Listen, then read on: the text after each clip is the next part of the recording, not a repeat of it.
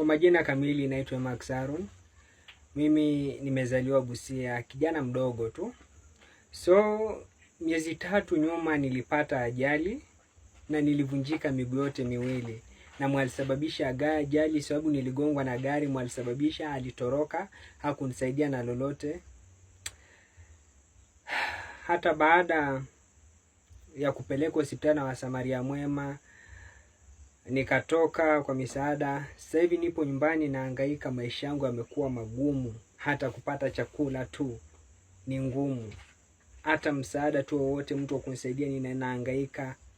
Kwa sababu nilivunjika miguu yote miwili, siwezi kusimama, siwezi kutembea. Ni kujikokota, sina mtu wa kunisaidia, maumivu ambayo nakumbana nayo hata sijui.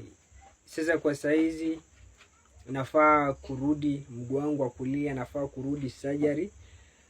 Upasuaji ufanyike, niwekwe chuma kwa mara nyingine. Nione at least kama kutakuwa na hopes niamke chini nami nitembee nikapambane huko, manake masimango maisha yamekuwa magumu sana. Kwa hiyo nilikuwa naomba mtu yeyote mwenye uwezo tu, mtu yeyote mwenye uwezo wa kunisaidia, anisaidie. Kiukweli maisha sio rahisi. Maisha sio rahisi, hata kupata chakula ngumu tu. Hata kupata dawa ngumu.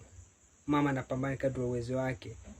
Mwenyewe vitu zote za zamani ambazo nilikuwa nazo nimeziuza tu ili mradi kutetea maisha. Lakini sasa hivi imekuwa ngumu.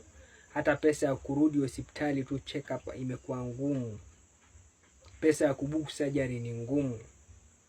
Hata sijui maisha yangu itakuwaje. Naomba tu mwenye uwezo anisaidie. Nitashukuru sana. Erikomondi popote ulipo ndugu yangu.